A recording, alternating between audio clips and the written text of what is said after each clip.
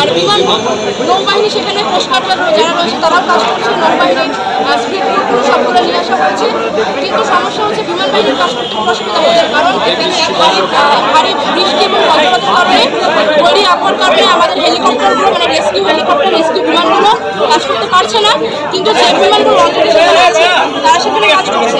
আমরা আবহাওয়া ঠিক হওয়ার জন্য অপেক্ষা করছি। আমরা তখন সর্বোচ্চ চেষ্টা করবো যে আবহাওয়া সামান্যতম ঠিক হলেও যেন বিমান বাহিনীও পূর্ণ শক্তি দিয়ে সেখানে কাজ করতে পারে। আমাদের আর্মি এবং নৌবাহিনী সম্পূর্ণ শক্তি দিয়ে সেখানে কাজ করছে। আমাদের রেস্কিউ টিম মানে বৈষম্য ছাত্র আন্দোলনের ছাত্ররা তারাও সেখানে কাজ করছে। আমরা এই মুহূর্তে সাধারণ দেশবাসীকে জানাতে চাই, বন্যা চলাকালীন এই মুহূর্তে এবং বন্যা চলে যাওয়ার পরেও পুনর্বাসনের কাজে আমাদের পর্যাপ্ত সাহায্যের প্রয়োজন হবে। আমরা ইতিমধ্যে ব্যাংক অ্যাকাউন্ট দিয়েছি।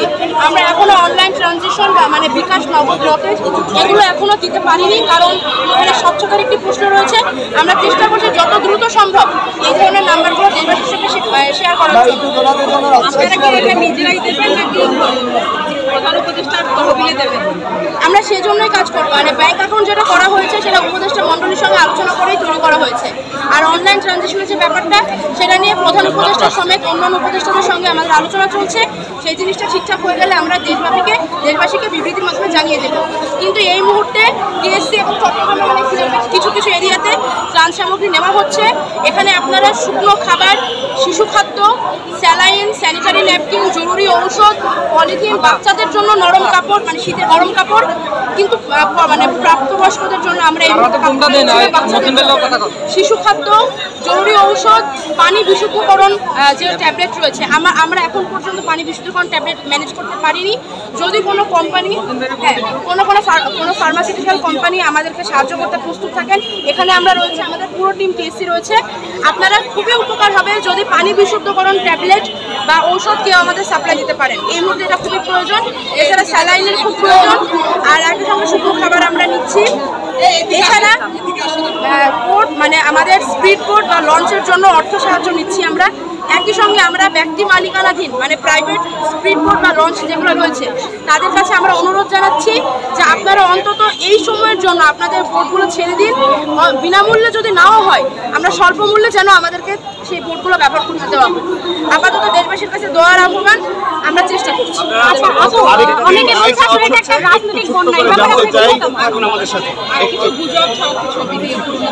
আরেকটা কথা বলতে চাই, এটা নানা মানুষ নেওয়ার চেষ্টা করি।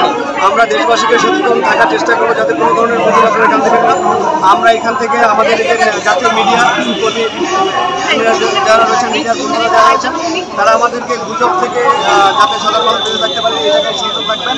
আমরা আশা করছি যে দেশবাসী যদি ঐক্যবদ্ধ থাকেন আমরা এই দুর্যোগ মোকাবেলা করতে পারবো এবং আমরা ঐক্যবদ্ধভাবে আমাদের দেশকে এগিয়ে নিয়ে যাবো। আচ্ছা ভাই, আমরা বলতে চাচ্ছি যে এটা একটা রাজনৈতিক বন্যা, এই ব্যাপারে আপনার মতামত কি? রাজনৈতিক বন্যা, অনেকেই বলছে এটা রাজনৈতিক বন্যা। না, একটু আমি একটা সম্পূরক প্রশ্ন করি, সেটা হচ্ছে যে এখানে কোনো ধরনের ঘোষণা ছাড়াই বাদ ছেড়ে দেওয়া হয়েছে, এরকম একটা কথা হচ্ছে। এটা স্থায়ী সমাধানের বিষয়ে আপনারা কি বলবেন?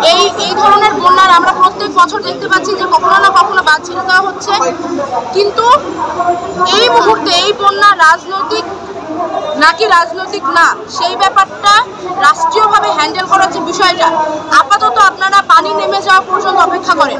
আমরা কোনো দেশের মানে আমার দেশের জনগণকে আমি রাজনৈতিক খেলার অস্ত্র হইতে দিতে চাই না।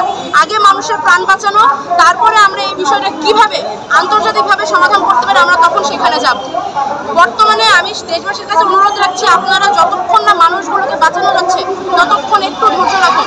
তারপরে রাজনৈতিক জবাব রাজনৈতিকভাবেই দেওয়া হবে, ততক্ষণ পর্যন্ত ধৈর্য রাখার অনুরোধ।